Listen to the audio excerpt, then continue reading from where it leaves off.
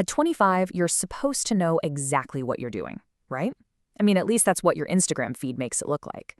Picture this. You're scrolling on your phone. Someone's getting married. Someone else is buying a house. Another person just launched a tech startup. And someone's moving abroad, looking just completely effortlessly free.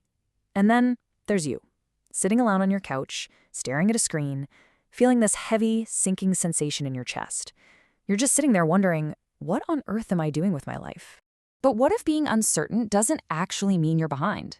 See, we carry around this massive anxiety-inducing assumption that by our mid-20s, we absolutely must have a perfect, bulletproof blueprint for our entire existence.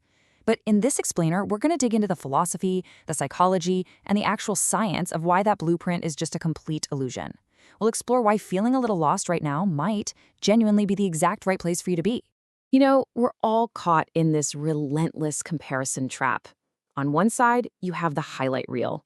These are the visible milestones, right? The promotions, the weddings, the fancy graduations. But on the other side is the internal reality. And here's the thing. Visible milestones never reveal the full, messy, complex internal reality of someone's life. Like, the person who just bought a house might literally be drowning in anxiety about their career. The one traveling the world, they might feel incredibly lonely. Basically, we're comparing our own chaotic behind-the-scenes reality to everyone else's carefully curated external highlights. It's totally a rigged game. And this timeline pressure, it actually makes us act in ways that hurt our long-term growth. In her book, Thinking in Bets, Annie Duke talks about this psychological concept called temporal discounting. It's basically our tendency to favor our present self over our future self. Because society constantly screams at us that we need to have it figured out right now, we end up craving immediate, conventional validation. So we settle for a safe job or some quick, flashy title just to soothe our present anxiety. We do that instead of giving ourselves the time and the messy space to build something deeply meaningful for our future self. To help us rethink this whole thing, we can turn to Paul Millerd. He's the author of The Pathless Path. Millerd spent years playing the standard game of success and achievement. You know, climbing the corporate ladder, getting all the right degrees. But he eventually realized he was asking the completely wrong questions about how to actually live. He forces us to question these conventional, rigid definitions of success. He introduces this radical idea of designing a life from scratch, rather than just blindly following what he calls the default path. So what exactly is this default path? Well, researchers Dorothy Bernson and David Rubin study something they call life scripts. These are the culturally shared expectations about the order and timing of major life events. You know the drill. Graduate college, get a good job, get promoted, get married, buy a house, and do it all mostly before you hit age 35. But here is the secret. It's just a cultural script. It's a mental shortcut. It is absolutely not a biological rule, and it certainly isn't a guarantee of happiness. Millerd writes about experiencing this division firsthand. He basically split into two versions of himself. Default Path Paul was entirely focused on the six-figure salary, conforming to expectations, and grabbing the very next prestige marker. But then there was Pathless Path Paul, who started paying attention to subtle internal clues. He realized that the so-called comfort of doing what was expected actually stopped him from developing the resilience needed to face real uncertainty. He actually discovered that failing conventionally felt so much worse than just stepping out and exploring the unknown. And this brings us from the sort of sociological pressure of life scripts to a much deeper, really philosophical question about how we cope with uncertainty. This is where we turn to psychiatrist and Holocaust survivor Viktor Frankl and his truly profound book, Man's Search for Meaning. Now, Frankl obviously didn't write about modern career paths, but he wrote about the most fundamental human drive of all, the pursuit of meaning and purpose. He wrote about our ultimate responsibility and how we choose to react to the world around us. The absolutely crucial point is captured in this famous quote from Frankl. Between stimulus and response, there is a space. In that space is our power to choose our response. Your 20s can feel like this chaotic environment completely full of external stimuli, right? Rejections, economic shifts, seeing all your peers succeed. We literally cannot control that environment. But, as author Scott Galloway also points out when he discusses Frankl, in that tiny space between the world's pressure and your reaction, that is where your growth happens. You have the ultimate freedom to choose not to panic. Now, if you're sitting there worried that spending years feeling lost is somehow going to ruin your entire life, let's look at the actual science of memory. Nobel laureate Daniel Kahneman did this fascinating research on the peak-end rule. It shows that when we look back and evaluate an episode in our lives, we judge it based on its peaks, the highest or lowest moments, and how it ends. We exhibit what he calls duration neglect. So what does that mean for you?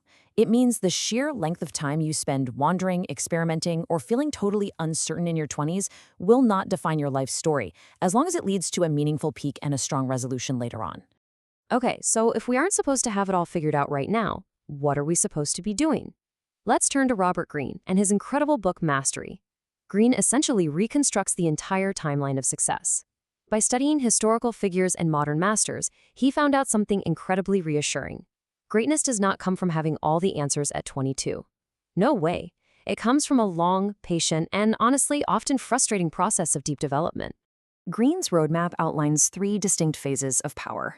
Phase 1 is the apprenticeship phase, where you're essentially an outsider just learning the basics. Phase 2 is the creative, active phase of experimentation. And finally, Phase 3 is true mastery. Your 20s are literally designed for Phase 1, the apprenticeship. It's a largely self-directed phase that lasts 5 to 10 years where you're naive, you're transforming your character, and you're just trying to ground yourself in reality. You're not supposed to be a master yet. You're an apprentice to life. 10,000. That's roughly the number of hours of focused, quality practice needed to reach a really high level of skill. The human brain actually requires this lengthy, repeated exposure to deeply embed complex skills. To put that into perspective, it translates to about 7 to 10 years of sustained, solid practice. Trying to shortcut this process just because you feel behind your peers, that actively prevents you from ever achieving true mastery. You can't rush the wiring of your own brain. And this leads us to a really profound reframing of the word passion. It's illustrated wonderfully by Scott Galloway's formula from his book, The Algebra of Wealth, which perfectly echoes Greene's philosophy. It goes like this. Talent plus focus leads to mastery, which ultimately leads to passion. We're always told to follow our passion, like it's some magical object you just find under a rock at age 21. But the honest truth is that passion is usually the byproduct of focused mastery over a long period of time. You don't find it, you forge it through years of apprenticeship. Because of all this, we really need to completely ditch the rigid 30-year plan. Seriously, throw it out. Instead, remember this. Direction is far more useful than absolute certainty. Just point yourself towards something that seems interesting. Experimentation produces vital information about what you actually like doing. Skills compound over time, even if you pivot and completely change industries. Your interests will naturally evolve. And maybe most importantly, most decisions you make in your 20s are entirely reversible. You're not locking yourself in a cage here. You're just exploring a maze. I absolutely love this quote from the brilliant cognitive psychologist Amos Tversky, which Paul Millard actually shares in his book. Tversky said, "The secret to doing good research is always to be a little underemployed. You waste years by not being able to waste hours." Just think about that for a second. If your schedule is packed with this relentless pursuit of the default path, you have literally zero space for curiosity. Having the open space to experiment, to be a bit uncertain, and yes, even to waste a few hours, is absolutely crucial to stumbling upon the path that is actually meant for you. So practically speaking, if we just strip away all the pressure of the timeline, what should you actually be doing? Well, here are 5 concrete things to focus on in your 20s. Number 1, build useful compounding skills. Just be a good apprentice. 2, protect your physical health and your core relationships. Those are the things that will actually sustain you. 3, experiment wildly with different paths just to gather data on yourself. 4, learn how money actually works so it becomes a tool for your freedom, not a trap. And 5, pay close attention to what gives your life meaning. Notice what you genuinely enjoy doing when absolutely no one is watching. Ultimately, like Paul Millard suggests, your main goal is to create your own culture. Rather than just absorbing all the anxieties and arbitrary deadlines of society, identify your own assumptions. Define your own personal version of enough. Because think about it, if you aren't playing the exact same game as everyone else, it is literally impossible to be behind.